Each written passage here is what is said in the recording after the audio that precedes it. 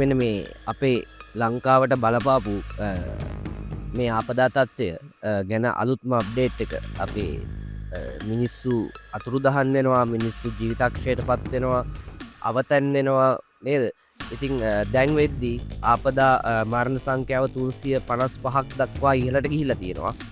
366ක් අතුරුදහන් කියලා තමයි දැනට වාර්තා වෙන්නේ. ඉතින් ඇත්තටම ඉතාමත් කනගාටුදායක සිද්ධියක් තමයි 2016 වසරෙන් පස්සේ නේද අපිට බලපාපු වැඩිම ගං වතුරු වදුර මේ අපිට බලපාලා තියෙනවා. ඉතින් බලමු වැඩිදුරටත් මේ සම්බන්ධව තියෙන්නේ කියලා. දිවයිනේ දිස්ත්‍රික්ක 25ටම බලපා ඇති ආපදා තත්ත්වයේ හේතුවෙන් සිදු වූ මරණ සංඛ්‍යාව 355ක් දක්වා ඉහළ ගොස් ඇතැයි ආපදා කළමනාකරන මධ්‍යස්ථානය පවසනවා. අද දින උදෑසන 9ට නිකුත් කළ නවතම නිවේදනයට අනුව පුද්ගලයන් 366ක් අතුරුදහන් වී ඇති බව තමයි සඳහන් වෙන්නේ. පවුල් 3,18,252කට අයත් පුද්ගලයන් 11,56,860ක් අයහපත් කාලගුණයෙන් පීඩාවට පත්ව සිටිනවා.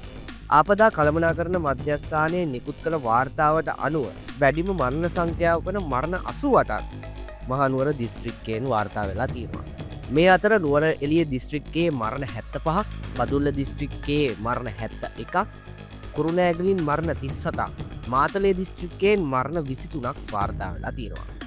මේ අතර මහනුවර දිස්ත්‍රික්කයේ පුද්ගලයන් 150 දෙනෙකු, නුවරඑළියේ පුද්ගලයන් 62 දෙනෙකු, බදුල්ලෙන් පුද්ගලයන් 53ක්, කෑගල්ලෙන් පුද්ගලයන් 46 දෙනෙකු, කුරුණෑගලින් පුද්ගලයන් 35 දෙනෙකු මේ වෙන විටත් ආපදා තත්ත්වයේ හේතුවෙන් අතුරුදහන් වෙලා තියෙනවා. ඉතින් මේ නැති වෙන්නේ අපේම මිනිස්සු, මේ නැති වෙන්නේ අතුරුදහන් වෙන්නේ අපේම මිනිස්සු. අපිට පුළුවන් විදිහට හැමෝටම උදව් කරමු.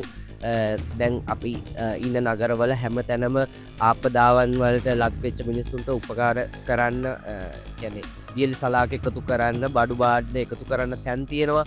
අපිට පුළුවන් විදියට නේද? බිස්කට් පැකට් එකක් හරි කමන්නේ නැහැ. බෙහෙත් පෙන්ඩෝ කාඩ් එකක් හරි කමන්නේ නැහැ නේද? අපි දීලා අපේ මිනිස්සුන්ට උදව්වක් කරමු. ඒ වගේමයි මේ වගේ ස්පෙෂල් නිවුස් දැනගන්න LT+ YouTube නාලිකාව අනිවාර්යෙන් subscribe කරලා තියාගන්න.